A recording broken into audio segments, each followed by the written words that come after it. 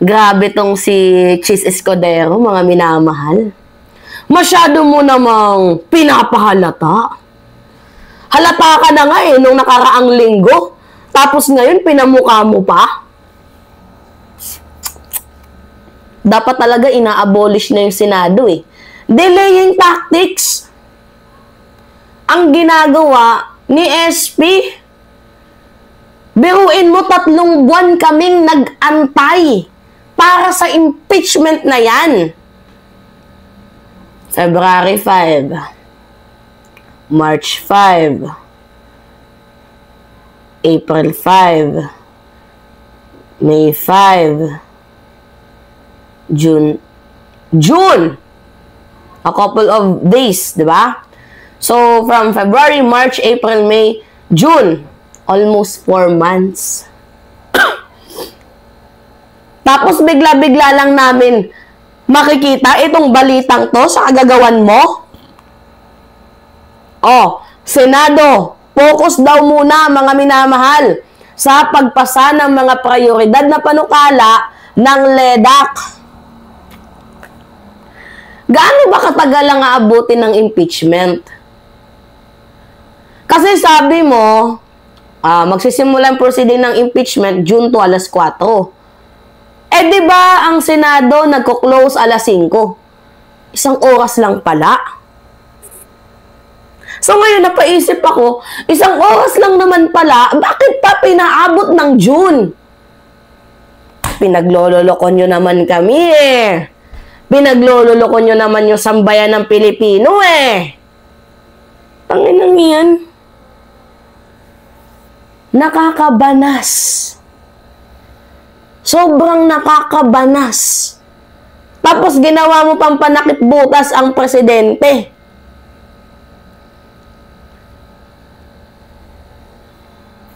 Alright.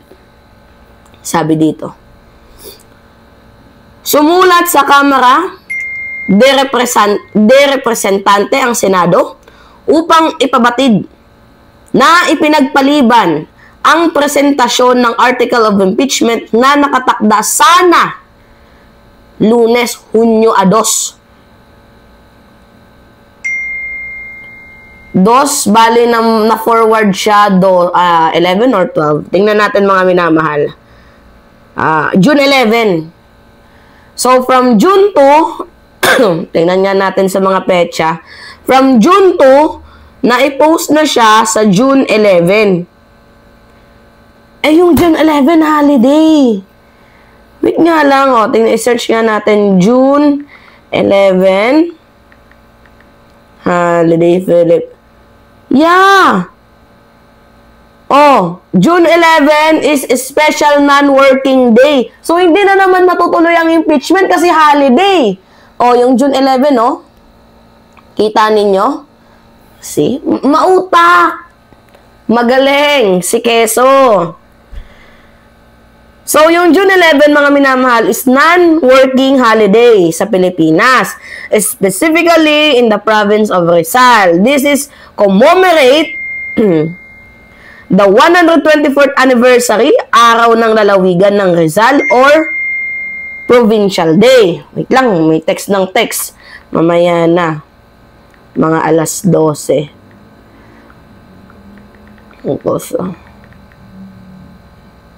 Alright.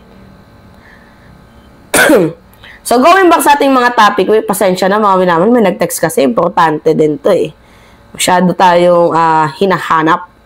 So, yung June 11 is a non-special working day. So, ngayon, ang nakakapagtaka lang talaga dito, yung pinaplano ni Chis Escudero. Natanggap ng Kamara de Representantes ang opisyal na liham ng Senate President Francis Chis Escudero. Yan, mga minamahal. Para transparency. Yan yung binabasa ko.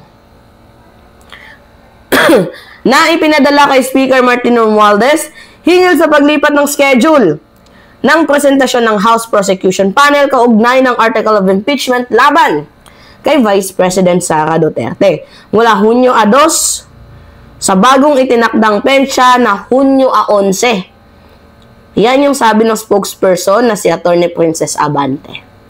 Saad pa ni Abante na ipadala ang sulat sa House Prosecution Panel para sa kanilang angkop na aksyon. So, ayon naman po sa sulat na nilagdaan ni SP, sinabi nito na itutuon muna ng Senado ang atensyon nito sa pagpasa ng mga prioridad na panukala ng Legislative Executive Development Advisory Council or LEDAC. Kasi may mga batas talaga, mga minamahal, na medyo nagkakaparehas. So, dapat plansyahin yon. Pero yung punto kasi dito, ang tagal na namin pinag-antay ninyo. Almost 3 months, sobra lagpas. Tapos, imumove mo naman. SP, ano ba yung meron? Ginawa mo pang panakipbutas ang ating presidente na kesyo sasabihin mo na mas unahin muna yung mga priority bills. Kasi yan naman yung sinabi ng ating presidente eh. With only 6 session days before signed by adjournment, it is imperative for the Senate and the House of Representatives to prioritize the passage of this measure. Consistent also with the administration trusts to align our government with the people's need and expectation. Tingnan mo, dinamay mo ang presidente. Kasi sabi ng presidente, ganito eh. Dapat unahin natin yung people's need and yung expectation nila. Dinamay mo pa. Bilang butas ang ating presidente. Nakakaloka ka, Quezon. Nagawan mo pa talaga ng paraan, ha?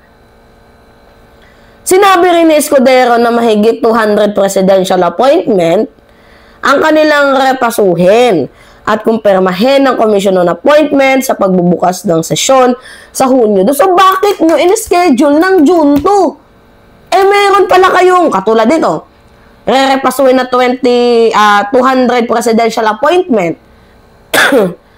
Diba? Pinaasan nyo kami.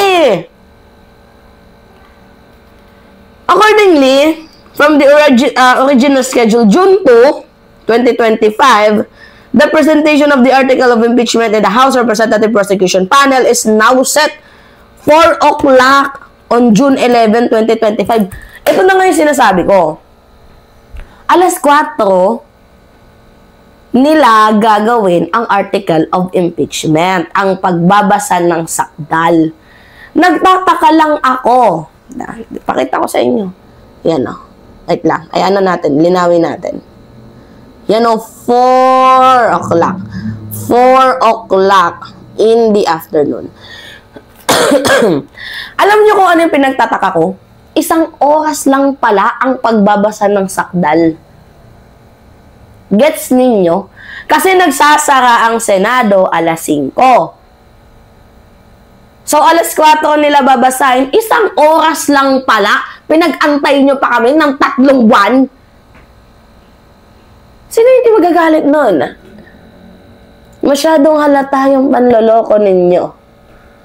Hindi naman pala tatagal ng 1 araw, oras lang naman pala. Ang dami nyo pang hanash. Ang dami nyo pang ekla-ekla.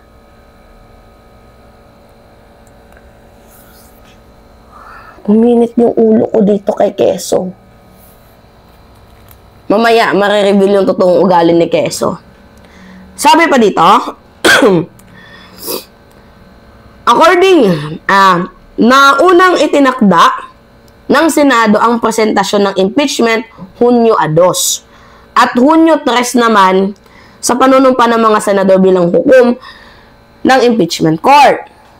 Yun yung sabi. Pero alam ninyo, may dahilan ang lahat ng yan eh. Yeah. May dahilan ang lahat ng yan. Sorry.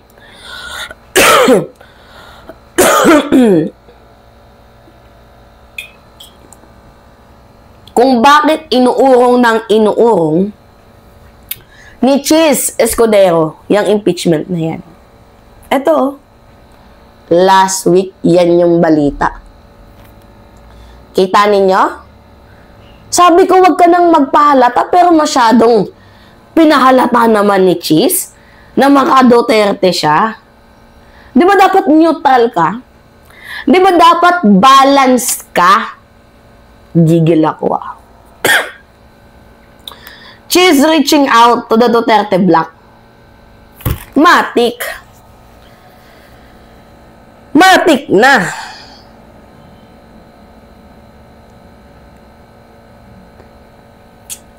Natatakot ba na matanggal bilang SP? SP kasi pinaka makapangyarihan din yan. Pangatlo sa may pinaka makapangyarihang posisyon. Matik ba? Matik na, no? Doon pa nga lang, nagtaka na kami, ba't mo kailangang lumapit sa Duterte bloc? For what? Dahil matunog yung pangalan ni Tito Sen? Kaya nakikianib ka? Balingbing ka rin eh, no? Angas mo. Cheese.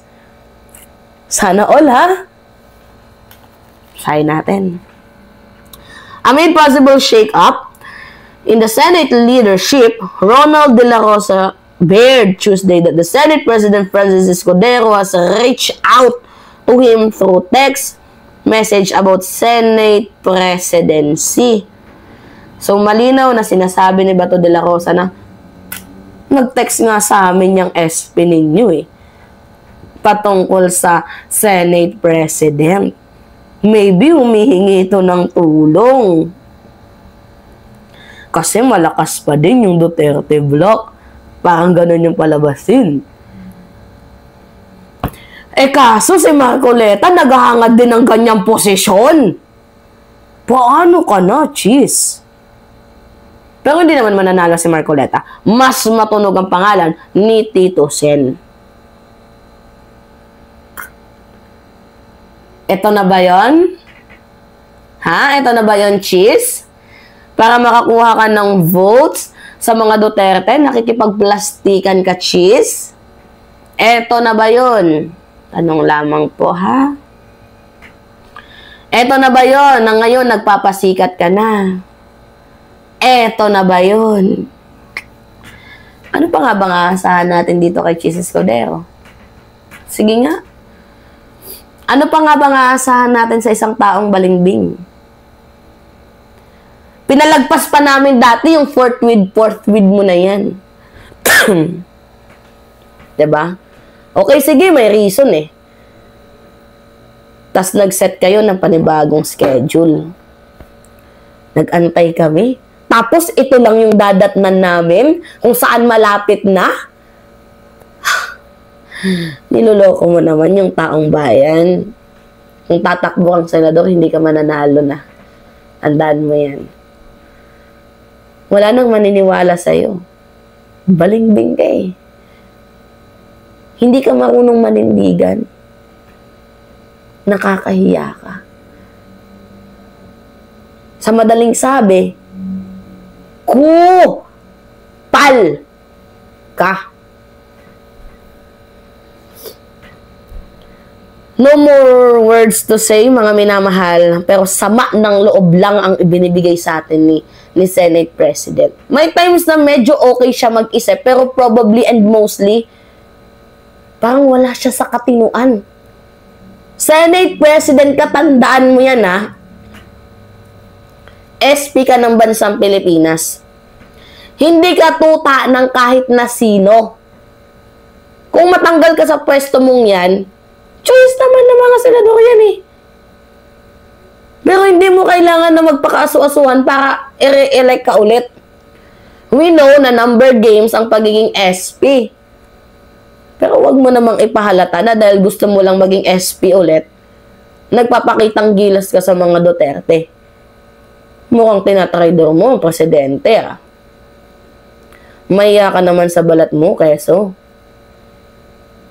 Kung may hiya ka. Kaso kung wala, kapal ng muka. Alright, mga minamahal. Anyway, it's me again. So, pahingi lang ako, yes, mga minamahal ng comments, likes, and share. And also, don't forget to click the subscribe, mga minamahal, and hit also notification bell para lagi kayong na-update sa mga video na ipinapalabas natin. Yan. So, ingat mga kababayan, patayin ko na po ang camera.